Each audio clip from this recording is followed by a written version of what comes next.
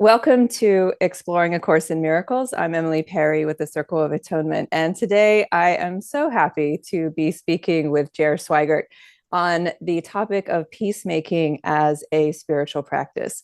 Jer is the co-founder of Global Immersion, a nonprofit organization that focuses on equipping leaders, particularly those in the Christian church, to become peacemakers in the world.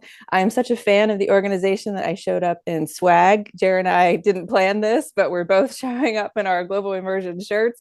And the reason for this conversation is that here at the Circle, we are actively seeking to engage in dialogue with Christian leaders because we believe that there is so much overlap in the values of students of A Course in Miracles and those who identify as reconstructing Christians, post-Christians, wilderness Christians, whatever language you use. It's our belief that we all have something very, very big in common. And it's the disillusionment between the values of Western Christianity and those of Jesus. And we both want to bring forth a world that sides with love, Jesus's love from the Sermon on the Mount. And this is why you are so perfect for this discussion, Jer, because in getting to know you, one thing that was very clear to me very fast is, number one, you have those same values in relation to bringing forth a world that sides with love in recognition of the values of Jesus. And you also don't ask for permission or approval to do the work that you do. And you are absolutely not afraid to really get in there and do everything that you can to fix broken systems with restoration and love versus domination, which I admire very much. So, quick bio on Jer. Jer is a Pepperdine Cross-Sector Leadership Fellow and a Senior Fellow of the Bonhoeffer Institute. He holds an MDiv from the Fuller Theological Seminary and a Doctor of Leadership in Global Perspectives from Portland Seminary. Jer is also the author of Mending the Divides, Creative Love in a Conflicted World, and he is co-host with Oshita Moore, who we also interviewed recently, of the Journey of Hope program, a 6-month immersion where participants are taught to apply peacemaking principles in real world settings, which I met Jer because I was part of Journey of Hope this year. So Jer, thank you so much for being here. Oh my gosh. Emily, thanks. And like your opening reflections right there, tying us in our work and I think the very DNA of who we are as leaders and the movements that we're leading is so on. It's so on point. So thanks for that. That was really, really well said. It's very big, important work, particularly in this time. And along that line, you have such an interesting journey to becoming a peacemaker in the world. And I guess we should just begin at the beginning with how you got into this work and why it matters so much to you. Yeah, I mean, I don't know that anybody has ever born a peacemaker, you know? I mean, if you look at it historically, things don't really go well for peacemakers in the end.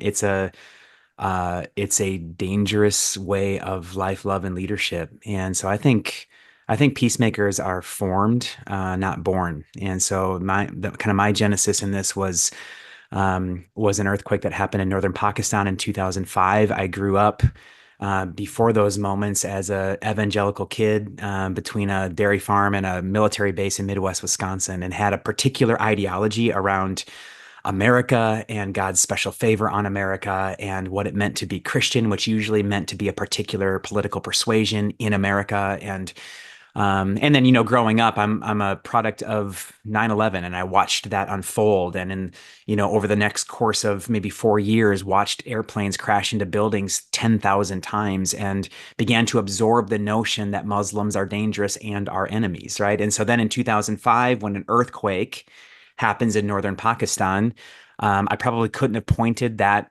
country out on a globe to you, but what I knew based on what was fed me is that this is enemy territory. But something shattered open inside of me when I read about this particular earthquake. and through a random, wild series of events, found myself with an expedited Pakistani visa, landing in Islamabad, and receiving an armed escort to a vehicle that took me to a UN helipad. I got on a helicopter, and they delivered me to the tribal villages of northern Pakistan, way up in the Himalayas, which was the epicenter of this earthquake, where I was able to serve. Not because I was qualified, but because I think I was available as the communication liaison between the United Nations, the Pakistani military, and the tribal villages of northern Pakistan.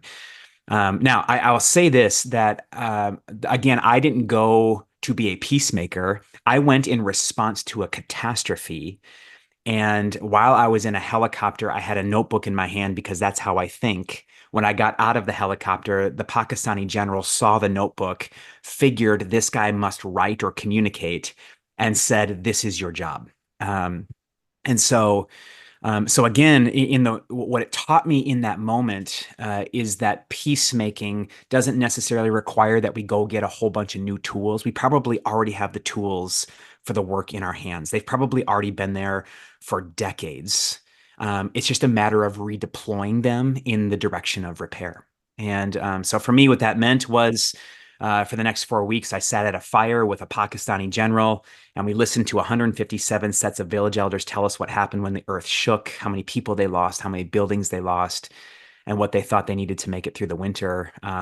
All of my constructions of enemy were shattered. So the earth shook, and it was a human catastrophe in northern Pakistan, but it was my ideologies and theologies that actually crumbled necessarily. And I'm experiencing a level of unprecedented hospitality, the likes of which I've never experienced in my life in the tribal villages. My Muslim friends are turning into kin. And as we're working together to literally save lives before 40 feet of snow is about to dump on about 3 million people. And here's the moment, though. The last day I'm there, the 157th set of village elders came in with their guns up. And there were multiple intense moments in my month there, but this one in particular was especially poignant in that machine guns are pointed at my face and at the general's face. And my now friends from the village I was in escorted them at gunpoint to the fire, and at gunpoint began to have a conversation with them that was very animated. Through translation, I understand that these two villages had been in civil war for 30 years, and that the village that came in knew that the only way they were going to make it through the winter is if they brokered peace with their enemy. Because the village that I was in was happy to not allow supplies to move to their village and let their people die. And about 4 hours into the conversation, the general looks at me and, with complete seriousness, says, "I need you to draft a peace treaty." And so, with all of my vast knowledge of international diplomacy, as a 25-year-old kid with a notebook and a stubby little pencil, I just began to write down the agreements that these two villages were making with one another. And through translation, when it was where it needed to be, the general said, "Where do I sign?" So I drew a line, and he signed, and then this village elder signed, then this one signed, and I signed it. And the village, the 157th village, their elders walked out of that moment no longer at gunpoint. And that was the moment that I was like, this theologically, some massive things happened for me here. Most notably, I didn't bring God anywhere. God was there restoratively at work in that place. But number two, I got to be a part of that. I didn't do the thing. I got to participate in the beginnings of repair. Now, the peace treaty does not mean that there's peace between these two villages. They had 30 plus years of work ahead of them to work toward the repair that was required, but it was started, it began, and we got to play a role with the tools that were already in our hands. That afternoon, I'm leaving, and I'll close my story here. I have to hike out of the mountains now because I have to catch a plane back to the United States. After all of this, that's changed my life. And the imam of that tiny village, he and I became brothers. And we exchanged prayers, and we exchanged photos of our families, and just all of the stereotypes about one another began to dissipate because that's what love does. And he escorts me out of the village, and he asks if he can pray a blessing over me. And the blessing that he prayed over me was a commissioning What he said was, the world needs you to replicate in your own place what you just experienced here.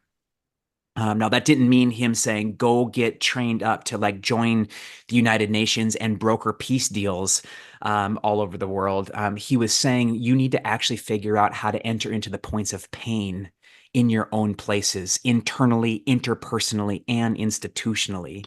And be the kind of restorative presence in that place. Now, I'm not just a practitioner. My orientation is training. I want to form people for this work. And so for the last 20 years, my work has taken me into war zones, whether battlefields or boardrooms all over the world. And what I do in those spaces, in addition to mediating conflict, is I take the learnings from the front lines of those conflicts and I make them accessible for the rest of us in the front lines of our own.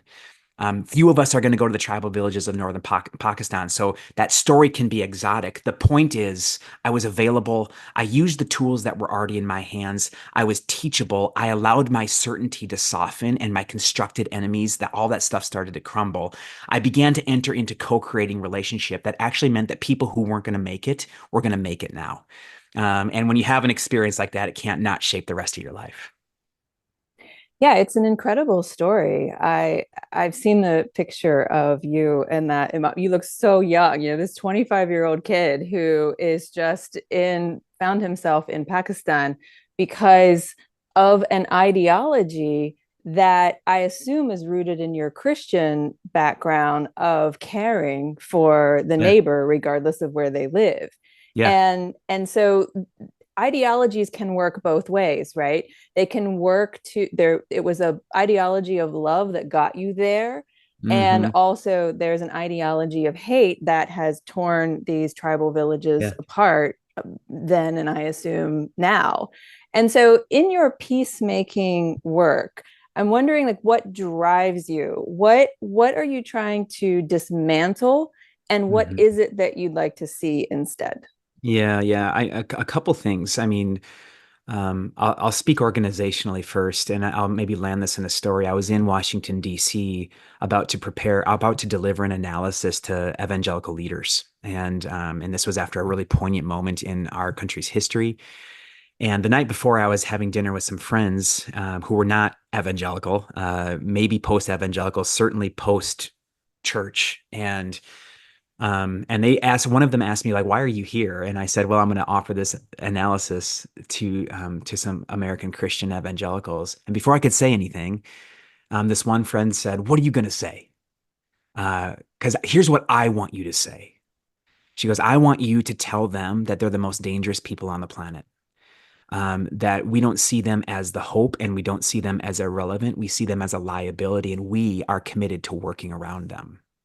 Now that's an analysis, right? And I said, well, let me take the temperature in the room tomorrow, and if it feels like that's an analysis to definitely offer. What I learned in that moment is that outside of the fishbowl of American Christianity, and many of you can probably relate well with this, outside of the fishbowl of American Christianity, we're not perceived as a people of peace. We're not understood as a people who love radically beyond boundaries and borders. We're certainly not known as a people who live Jesus' teaching of enemy love. And so the reputation outside of a shrinking fishbowl is not good. And it's not good not because of it's not good not because of the things that are happening in our church. It's not good because our behavior seeks to eliminate or exclude, I think, on the one hand, or eliminate enemies rather than love them. And Mm-hmm. so organizationally, our desire is to transform the impulse of Western Christianity from domination to restoration. This isn't just a shift in behavior for American Christians. This is deep-seated identity and theological work that needs to occur. I was socialized into a religion that endorsed my domination at high cost to others, and that's been really destructive. And so ultimately what we want to change is the Western Christian impulse from domination to restoration. And at a personal note, like I just live to throw sticks in the spokes of violence. Like this does not, it doesn't get to win. And I don't think that we You can should tell just it that. What's that? It doesn't get to win. You should tell it that Yeah, because exactly, exactly. it's winning. It's winning. Not It everywhere, feels though. Go right. It ahead. feels like it is. And part of the reason I think it's winning is because too many of us believe that we get the world we want through force rather than friendship. And the very essence of the Jesus movement is that we get the world that we're dreaming of collectively because we're reaching for one another rather than power. And so like I want like personally putting my body in front of the bulldozers of violence that are crushing people, but also working in a way like I'm trying to live my own life in such a contagious way that shows people that there's a hopeful alternative to violence and certainty and power. There's the powerlessness and the sacrifice that some would say is weak, I say is remarkably courageous because I think it's the only thing that's ever changed anything, you Yeah. know? And so that's why I do what I do. I think of you a little bit like the viral video on YouTube of the dancing man who I'm sure you've seen Yeah. that where you Yeah. got this one man at a festival and he's dancing and he looks strange, but next thing you know, other people start joining him and everyone's dancing Yeah. to the music and you operate from that rhythm. And yeah, maybe people aren't inspired to go to an earthquake torn part of the Right. world that they couldn't point out on a globe. But the fact that someone does do that is an inspiration to those who would say, you know what? Yeah, I might not do that, but I can do this in my hometown. Yeah. Yeah. And that's the work. And Yeah. I want to pick up on one thing that you said earlier about being at that dinner in DC and having that person say, you know, you just need to go and tell them this, that this group is destructive and we're just going to work around Yeah. them. Yeah. And one thing that when you're involved in peacekeeping work, or even if you're just involved in civil discourse, you know that shame and blame and judgment is not the starting point from which to enter these Right. conversations. That's You're right. you're just not going to get anywhere. And so this whole discussion is about peacekeeping as a spiritual practice.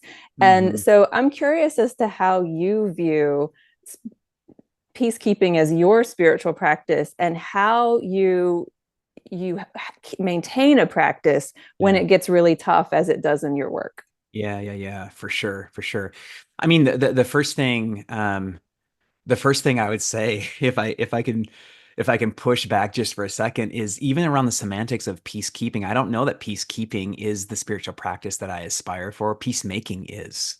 And what I mean by that, just as it's just a semantics thing, I think we're meaning the same thing, but too often peacekeeping maintains an unjust status quo. Peacekeeping invites and this is not what you're saying, Emily. This in my work of nuancing peacekeeping from peacemaking, peacekeeping allows those in power to continue to oppress those who don't have any.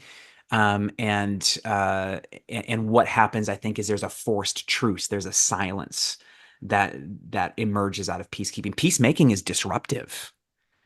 Peacemaking means that you have to be proximate both to the occupied and the oppressed and the occupier and oppressor, right? And I think this is where we get this off in peacemaking is that we think that peacemaking is just about being in solidarity with those who are in pain. Absolutely true. We must be because the solutions to their pain have actually been generating and germinating in their souls for generations.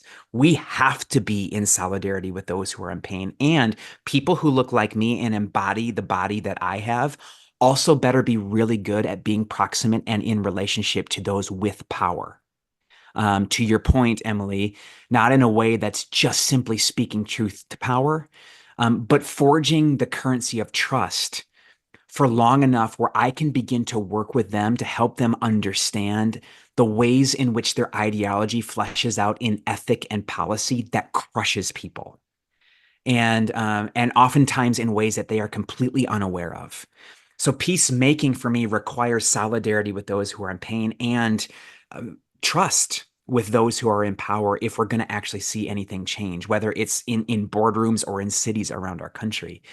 Um, as it relates to this as a spiritual practice, and I wonder if I haven't listened yet to the conversation with Oshita, but my cherished teammate is the best on the planet, in my opinion, of helping us remember that belovedness is the bedrock of peacemaking. That my peacemaking is not a set of tips and tricks and scripts that I put on like a hat when I walk out of my house every day. Rather, the spiritual practice of peacemaking begins with the interior formation, the interior integration, the interior wholeness. The way that Oshita and I talk about this all the time with our people is that if I don't embrace my belovedness, the fact that I'm loved not because I've done anything, but because I'm worthy of love, period. Or if, however you imagine God, I'm loved by God, not because I've done anything, but because God wants to. That's the unspeakable nature of our belovedness. It's not rooted to any accomplishments, any performance, any accolades, any applause. If I can embrace that in my waking moments, chances are I'll be able to extend that throughout the day to others. I want my life as a peacemaker to communicate to you, Emily, to you who are on the screen, to the next conversation I'm going to have after this, that I'm beloved and so are you. I want to use my words. I want to use my eyes. I want to use my gestures. I want to use my actions to declare their belovedness. That's first and foremost. Now, if I'm finding that in my life, if I don't embrace my belovedness and things like fatigue and sickness, when I'm not taking good care of myself, when I'm overwhelmed, when I have compassion fatigue, when I've said yes to too many things, when I'm unboundaried, it's actually harder for me to embrace my belovedness. And if I don't embrace my belovedness, chances are I'm going to use you to achieve what's already mine. I'm going to use you to prove how beloved I actually am. And that's an act of violence.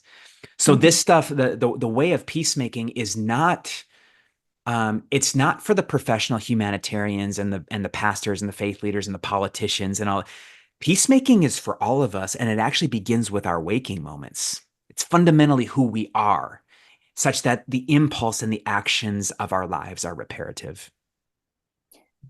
I love the partnership between you and Oshita. And I know I said this to you when we were in person, but I'll just say it for everyone now.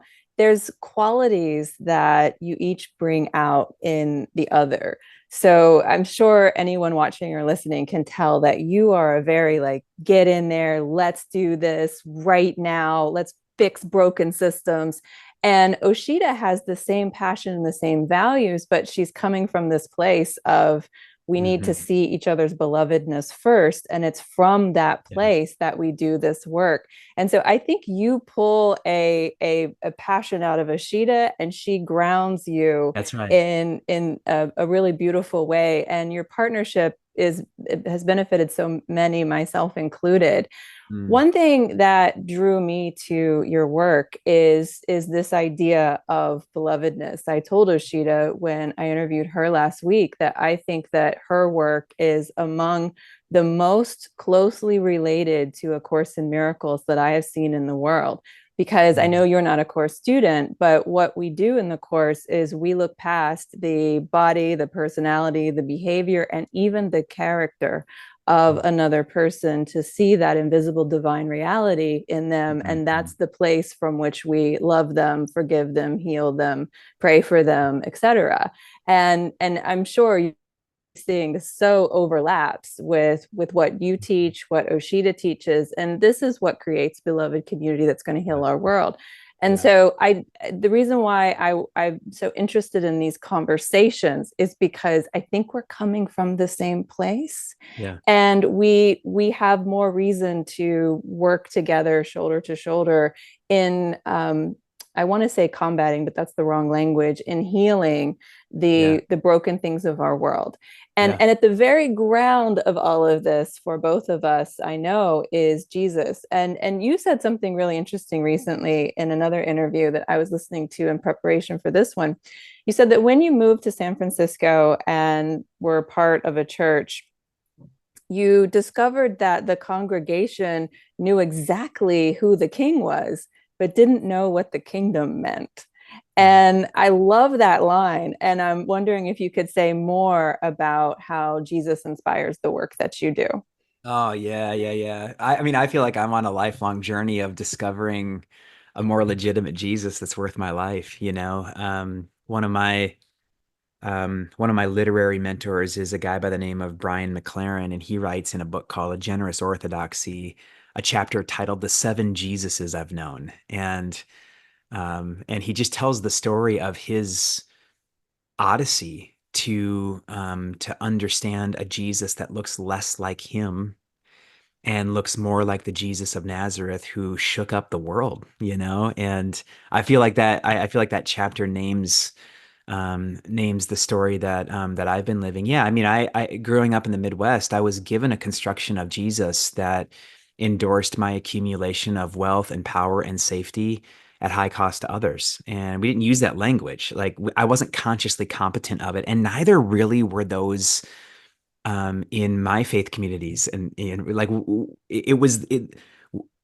they perpetuated with me the faith that they were given and the scripts that they were given and the theologies that they were given. And yeah, and honestly, it led me to a place where I quickly realized I want nothing to do with God or his people. That was a commitment I made as a 11, 12-year old. And because of just some of the ways in which I saw Christian people treat other people. And then I began to discover in my university years, in the lives of a community of really diverse, really radical people, a Jesus that was more compelling to me, a Jesus who loved me before I could prove myself lovable. And that I think that became compelling. When my wife Jackie and I moved out to San Francisco, I discovered and again, keeping in mind the social location of my upbringing is Midwest, evangelical, Republican, American. Like I traded Desert Storm cards, which were like playing cards for the war in Iraq. You know what I'm saying? This was my upbringing. When I moved to San Francisco, I discovered that there were lots of people who cared very deeply about the things that God cares about, that didn't have anything to do with the church or were intrigued by Jesus, but certainly not Christianity or the Christian movement. And then I found myself, to your point, Emily, I found myself in a church that felt like they were really certain on who Jesus was, but had very little muscle um, uh, connected to like living the way that Jesus lived in the world that actually changed things, you know. And so I guess the Jesus that I was formed and discipled in some ways by people who had a lot of muscle that looked like the muscle of Jesus, also in the context of a really loving faith community who thought really articulate thoughts about who that Jesus was. It was the fusion of those two things that helped me understand I want to know a more legitimate Jesus, and I want my life to begin to reflect the Jesus that I'm discovering. And that requires for me a lifelong interrogation, right? Because if I'm evolving and if my understanding of Jesus is growing wilder and more spacious, and there's ways in which I understand Jesus right now that 10 years from now, I'm going to be like, oh man, not only do I feel a little sheepish about that, maybe the way that I understood Jesus was doing harm to people and I didn't realize it then. So this process of following Jesus for me is a lifelong process of interrogation where I continue to put the Jesus I follow on display in front of people who can speak into it and help me understand the ways in which I'm following that Jesus restoratively and ways in which I'm following Jesus in ways that still dominate or enact Mhm. violence in ways that maybe I'm not aware of. I'm super curious as to how Jesus has become this symbol in some sectors of Christianity for the height of toxic masculinity. I need to do more research on how Yeah. that actually happened, because for the life of me, I can't understand how you have someone who was baptized and then immediately stood on the mount and said, love your enemies, pray for those who persecute you, and reflect the love of an all loving, unconditionally loving God into the kind of Jesus that we're is celebrated in some Mhm. circles of Christianity today. I don't Mhm. know if you have any thoughts on that, but I'd Mhm. be Yeah. curious to know how he got so transformed. Absolutely. I mean, I commend one of the podcasts, not all of them at Christianity Today by any means, but one of them was called The Rise and Fall of Mars Hill, which is a story about a mega church pastor in the Seattle area that was built around the like the badass Jesus, like the toxic male Jesus. And this pastor built a Jesus in his own image in that regard, and it hurt a lot of people. So I think that's a space where you can kind of hear a story of where that emerged and the implications of it. But again, I think it's interesting for me to be in faith circles and recognize that oftentimes we're talking about very different Jesuses, and that makes this work challenging, right? Because some people want to have the GI Jesus, with the bulging biceps and like the crew cut and the military general Jesus, and some people their faith is oriented around a Jesus who wore puka shells and tie-dye shirts and and it's like I don't know if any of those are the real. I think what we see and what I'm continuing to find, and here's where I'm finding, I'm continuing to find a more legitimate Jesus among traditions in our world, people groups in our world that have been oppressed and occupied by the chauvinist, toxic masculine Jesus, and yet still are finding a Jesus to follow. Right? It's like the Black church in America. Think about, in the name of Jesus, what our Black kin endured and continue to endure, yet in so many spaces, have this flourishing faith around a Jesus that looks nothing like the human trafficker and slaver. How is that possible? Those are the people groups that I've spent the last 20 years of my life positioning myself among, because I want to learn about their Jesus, and I want to learn to follow him.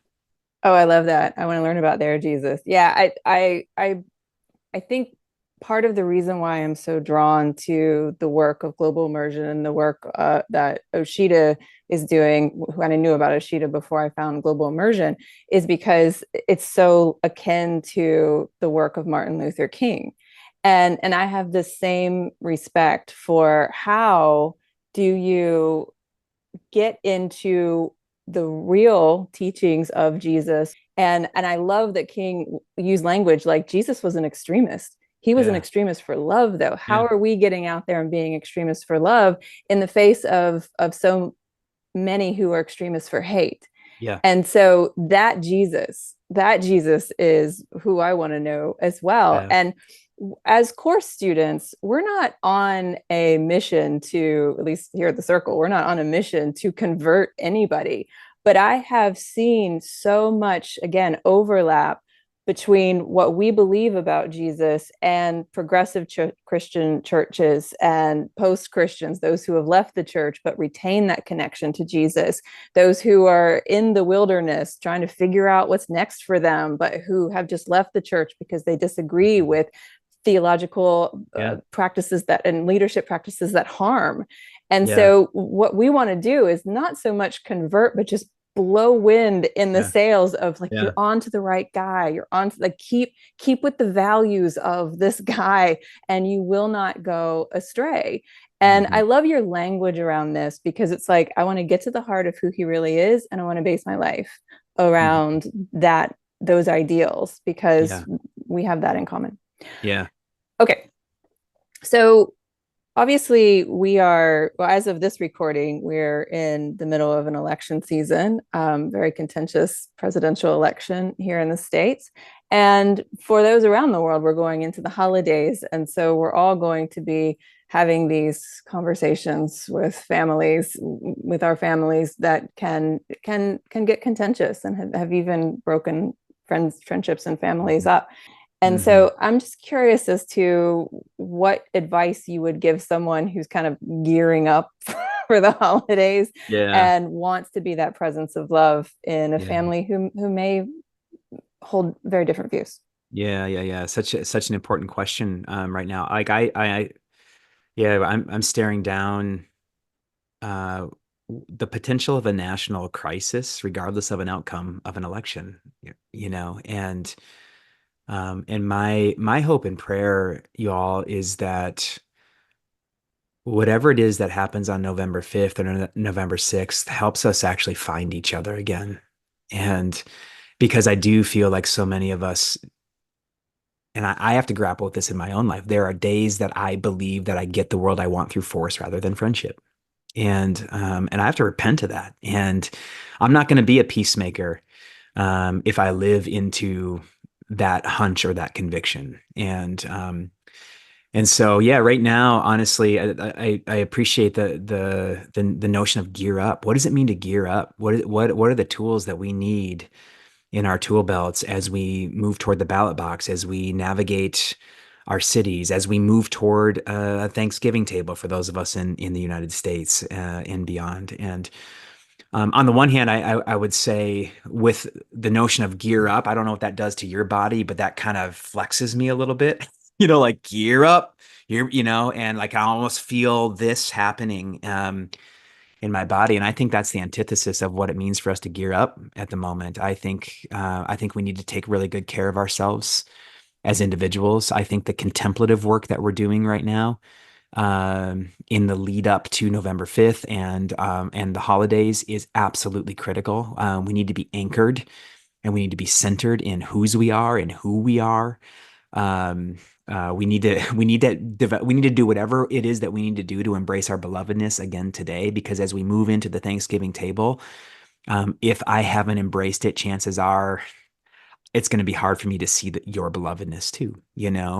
So I'm thinking a lot about the contemplative work. I'm thinking a lot about self-regulation right now in trainings that I'm doing on university campuses all around the country right now. These are microcosms of larger society. The same divides that mark our community in the United States are really present on university campuses. I spend as much time working on self-regulation and helping people understand their triggers and what they need in those moments as I do giving them skills to bridge across difference. Because if all I did was give you a couple of tips or tools for bridging across ideological difference, and you're not moored, you're not regulated, you're going to be coming across a bridge combatively rather than Mm-hmm. restoratively. And so, we're doing like simple things that I would offer to this community are things like someone call them box breathing, or we call it belly breathing. It's 4 count in, like literally breaking agreement with image management and letting your belly get really big for a count of 4, and then slowly exhaling for 8. That activates the vagus nerve, which stimulates relaxation. So if we had time to do that, I would say let's do 5 of those right now. And I can guarantee you that you will find yourself more relaxed, maybe even with a little bit of an oxygen high. And that's what it does. That's what that technique actually does. And that's what we need to be as peacemakers, especially in the interpersonal work, is grounded and relaxed, non-anxious. Mm-hmm. There's some skills like visual relocation where there's a spot in my imagination. That picture is actually on the desktop of my computer. There's a place where I go in my imagination when I feel myself getting triggered, or I feel things beginning to intensify or escalate. I go there just for a moment, right? I'm microdosing that self-regulation by literally having that place in mind that I escape to for a minute. And then I'm able to be a little bit more present.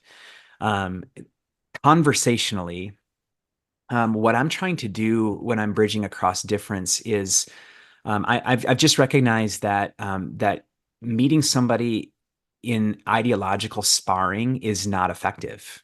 And the work that we've done in understanding conflict and navigating this interpersonally is, if you think about ideology or behavior, that's just the tip of the iceberg. That right below that are their values. And right below that are the stories and the experiences that have shaped the values that give voice and action in ideologies and behaviors.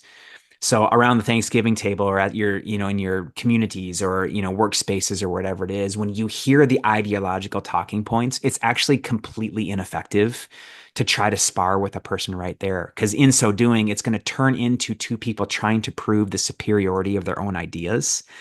And I think that's an ineffective combat. I also don't think it's helpful to move to the place of values, because few people can articulate their values. They can articulate their ideology. Few people can articulate their values. But you know what they can articulate? Stories. They can tell the stories about why this thing matters so much to them. So in interpersonal peacemaking, what I'm trying to do is go to the very base of the iceberg to invite them to share stories, because what that's going to do is it's going to reactivate the logical, reasonable part of their brain. It's going to ground and center them. It's going to remind them of their own humanity. And there we might build the currency of trust to have eventually a more productive conversation around ideologies. Does that make sense? So Yeah. those are some of the things that I'm thinking about right now as we move into the season ahead. And it makes perfect sense because another thing that we've taken far too long to learn as humans is that you can't yell someone out of their ideology. You have to companion them out, which is the work that you're trying to train people to do. And Mhm. the pain of that is that it takes longer, but the joy of that is that it really is restorative. I know I keep quoting Martin Luther King, but he said that love is the restorative force in the world. Yeah. And so if you want someone to do what you want them to do, but resent you and hate you Yeah. forever, then you beat them into submission. But if Yes. you really want to change the world, you get in there with love. And along the line of the kind of practice that can work. One thing that Oshita said in our interview last time that I would add to what you've said is she said that the minute I realize that I'm getting triggered, that like tightness that you Yeah. feel, she's like, Yeah. that's historically we think that's when you lean in and get let them have it, right? Mm. That's the sign to back away Mm. and collect yourself. and Yeah. and so I think all of those tools are so important. What you said about I spend time on myself, as much Mhm. time on myself, trying to be that non-anxious Yeah. loving presence, is so incredibly important. We don't do that Yeah. enough, because if you're going to companion someone out of an ideology that's harmful, you have to be a certain person. Yeah. You have to be a really Yeah. like loving person, That's and right. That's that's where right. we go wrong. Go ahead. I love your thinking there, Emily, and your practice, because I agree. We can control, um, we can, I guess we can try our hand at controlling people into our ideas or our preferences or our preferred behaviors or whatever it is. It doesn't take any relationship, you know. I actually think it's an act of violence, and this companionship concept, which is a word, it's the verb, the concept that we take very seriously with global immersion, right? Because the transforming into peacemakers is slow and it's deep work, you know. And it's not like, hey, listen to this podcast, read a quick book, add a little bit of water, and we're ready to make peace in the world. No, like because peacemaking isn't a set of practices, it's fundamentally who we are, right? It's a habit that emerges out of who we are and are becoming. And so, like, companionship requires a currency of trust. And so, the only ways that my mind has have ever really changed is in the context of slow relationship. The challenge, I think, for us as peacemakers in this moment is that we have to figure out what it means to hold in tension the urgency for change with the pace of transformation. Because the fact of the matter is, I have friends who are now dead, in the Gaza, and I can't stop it. And I understand that there is a process of transformation that is necessary in the United States in order for the madness to end over there. My friends didn't have enough time for our transformation, and our transformation is slow. You know, so it's like, yes, there's urgency for change, and yes, there's the pace of transformation that we have to take really seriously, which is why, again, when I sit with occupied and oppressed communities, I hear them. Listen to this, you guys. Like, I hear them not talking about the world that they will live in. I hear them dreaming about the world that their great, great, great, great grandchildren will live in. That's a long view, right? I've been socialized proximate to power to believe that we can actually make the change that we want to make tomorrow. But when you're in an occupied and oppressed community, you recognize that the pace of change is far, far, far slower. And so it's just amazing the humility, and even maybe it's not resignation, it's resilience to be dreaming of the world 7 generations from now. What is the role that we're playing right now for a world that we're dreaming of, where we all sit under the shade of our own fig trees 7 generations from now, where spears are being transformed into plowshares 7 generations from now. I wonder if we can adjust our mindset so that we can move in the pace that we need to be moving in order to see that dream come true. What would you say to somebody who is inspired by the idea that transformation needs to happen now, but isn't sure where to start? What is ours to do?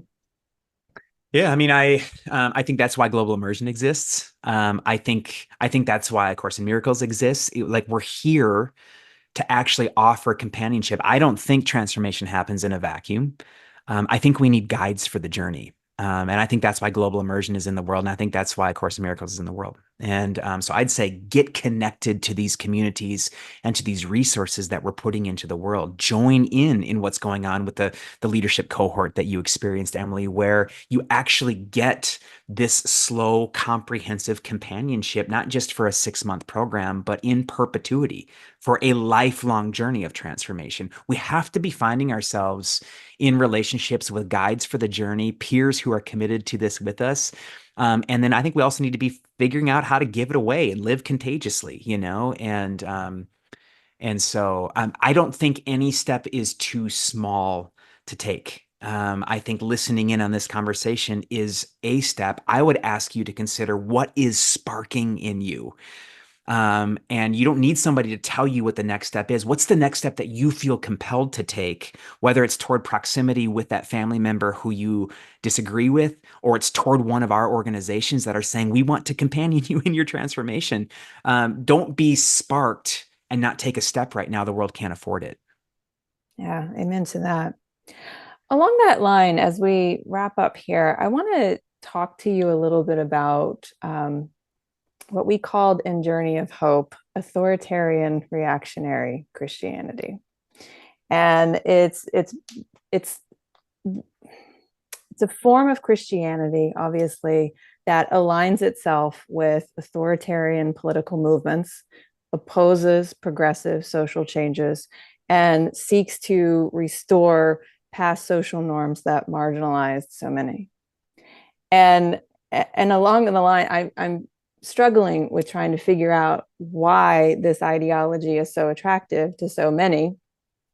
And yet it is the work of our time to hold the line of love and to do what we can to not allow this poisonous ideology to become more pervasive.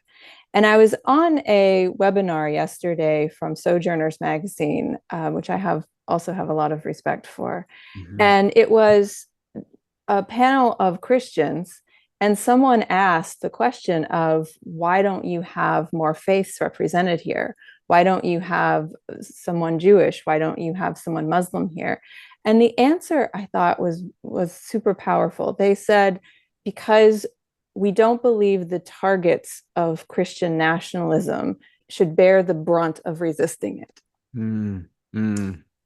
And that got me thinking of, what do you, as a Christian, what do you think about that? Do you think that Christians hold a particular role to be the resistors of Christian nationalism? I know we all have a role, but I'm just Yeah. curious as to what you think about that comment. Yeah, I think it's amazing. First of all, this concept of authoritarian reactionary Christianity was penned by Dr. David Gushee, who is a dear friend and mentor and faculty of the leadership cohort Journey of Hope that Emily referenced. He wrote a book called Defending Democracy from Its Christian Enemies, which I commend to you because I think it takes the phenomenon of Christian nationalism and makes it make a lot more sense. It helps us understand this phenomenon and that it's not just an American phenomenon, but a global one.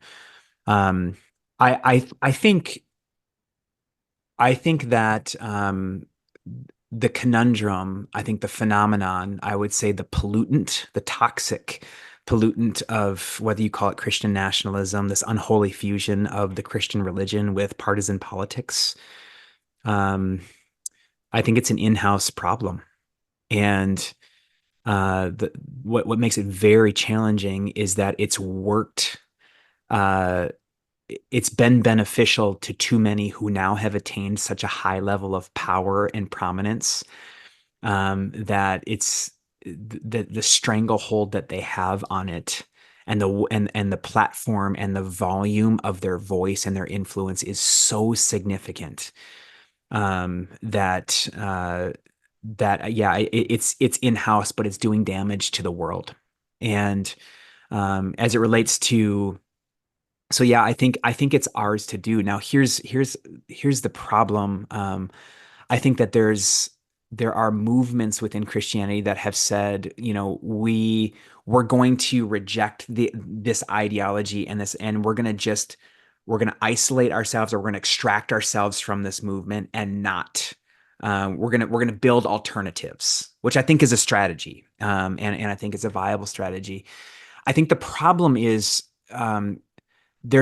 what they're living out on the fringes now, or orbiting this kind of mainline American Christianity. What they're learning out there so deeply needs to infect what's happening in the mothership, and but there's no currency of trust, and I think there's a rejection of one another that's occurred. And so part of my challenge, and here's what I've had to grapple with, you heard me say in the very beginning, like, I wanted nothing to do with God or his people. In hindsight, it's because the religion was so fused with politics, and it demonstrated itself in exclusion and judgment and things that hurt people that didn't look like me. I hated it, and these are my people.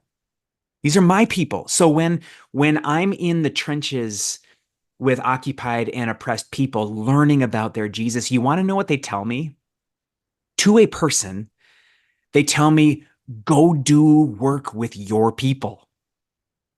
Like, to be a peacemaker, again, doesn't mean that we're in such solidarity with the occupied and oppressed that we abandon our people, because there is a journey that our people need to go on, and they need guides for the journey that are prophetic, know how to speak truth to power and change to society, but also pastoral and saying, and I'm here with you in this. So the mistakes that I've made in my leadership, especially in my faith leadership, is I'm somebody I swim way beyond the riptide. Like, I'm comfortable where it's dangerous and there's a high probability of failure. And the mistakes that I've made is I go way beyond the riptide, and then I start screaming to people on the beach, "Hey, you got to get out here. This is where life is. This is amazing." The fact of the matter is, some of those people haven't even stepped foot in the swimming area yet. So what I think we need in order to dismantle authoritarian reactionary Christianity or Christian nationalism is enough people who have swum beyond the riptides and have discovered a hopeful alternative, a faith that's worth our lives. And then we need to swim back to shore. And we need to sit down on the blankets and the towels with the people who are just there with banana boat on their skin, enjoying a good time. We need to be talking them into the water. The people who are in the water, we need to join them out there and skip stones with them and build relationships with them and invite them maybe into deeper waters. The people who are out by the buoy line, we need to go out there and wrap our feet around that buoy line and float on our backs with them and invite them to take a step just beyond that buoy line. Because guess what? You can survive that. It's a wild adventure that's worth your life. Right. So I think the journey needs to be deeply informed by other traditions and perspectives. But I would agree with the panelists on Sojourn, is this is work for us to do. And we have to do it in a way that isn't like with a rigid certainty. I think we need to soften our certainty and offer the hand of companionship that builds trust and takes this journey for the long haul. Yeah, I think that's such an important point. I said a minute ago that I didn't quite understand why this Christian nationalist ideology, or this ideology of othering, is so attractive. But I actually do understand one element of it, and it's that sense of belonging. Hmm. So you're in a tribe, Yeah. it's rooted in hate, Yeah. but it's a tribe. And actually, what's interesting is that those who are in the tribe rooted in hate would never say they're in a tribe rooted in hate. Right. Right. And so what we do sometimes erroneously is we come in and we say, okay, I'm here to heal you, which is Hmm. condescending. Hmm. Or we say, okay, I'm here to change your views with my dominating Yeah. presence, Yeah. which is only using the tools of oppression to oppress, right? Right. So we have to be true peacemakers, and that entails, as you're saying, going on the journey ourselves to transform who we are as people so that we can go and companion Yeah. others out of this ideology Yeah. and the ideology that oppresses. And the only way that you're going to do that, and I say this and it gets me in trouble, but I'll keep saying it, is you not only love the oppressed, but you love the oppressor too. And until and unless we can do that, we're not going to get anywhere, because it's just going to be all of us out past our own Yeah. riptides swimming with our friends. Yeah. Yep. So, yeah. That's right. Okay. And you, I know we're wrapping up, but like, let's keep in mind that Jesus was the only one to ever take anyone beyond neighbor love to enemy love.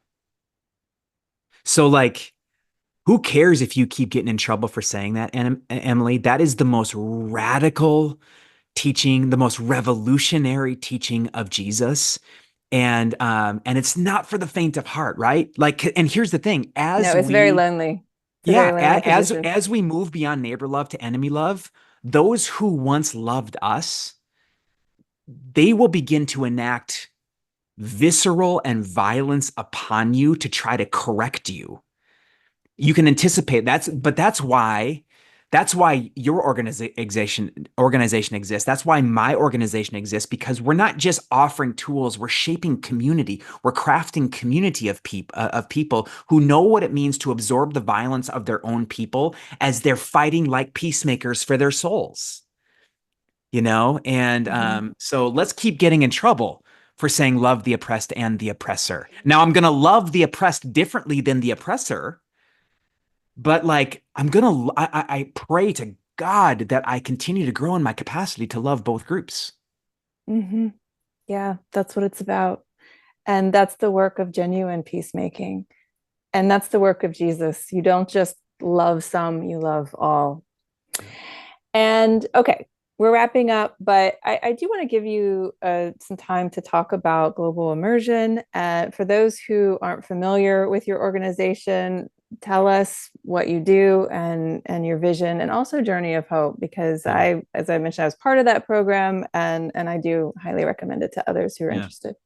Yeah, so Global Immersion it was a result of a commissioning by an imam in Pakistan, right? It's a peacemaking training organization, and our work does take us into war zones, battlefields, or boardrooms all around the world. And so our teams are working with teams, growing conflict competent leaders and organizations that know how to participate in repair in their cities. And we're reaching the masses through our inspiring media, podcast, social media presence, things like that. The deep, slow work that we do is the leadership cohort, the Journey of Hope that Emily speaks of. It's a 6-month program where we learn from the best voices in global peacemaking. We journey together as a community, centering our formation so that we can become sustainable, conflict competent practitioners, drawing on our own experiences, but those of others who are in trenches all around the world. That experience culminates in an immersive experience. Emily's cohort immersed into the Deep South, where we focused on institutionalized racism in the United States. And the role of these unhealthy fusions of Christianity and politics and how they've occupied and oppressed people, as well as stories of faith leaders and peacemakers who have thrown sticks in the spokes of violence and continue to do so. Keep Thank you, doing my what you're friend. doing. I wish you You as so well. many more years of this work. It's so incredibly important for this world. You are a way maker, Thank and you. you're making the way carving the way for so many that I know are following you, swimming out way past the deep end and Thank you. being peacemakers in the world. Thank you for your work, for who you Yeah. are. We love you and Yeah. Love hope you that we too. can talk again soon. Bye for Thanks, now. friends. Take care.